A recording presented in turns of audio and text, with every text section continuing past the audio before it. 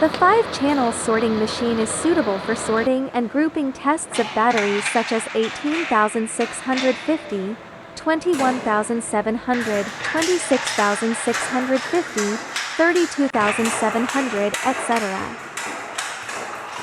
The control system of this device adopts a combination of computer, motion controller, high-precision servo motor, and high-precision battery internal resistance tester, which has the characteristics of high precision, strong flexibility, and fast speed. It also has advantages over traditional PLC and touchscreen in generating production reports, communicating and connecting with other devices, changing product models, and changing production parameters.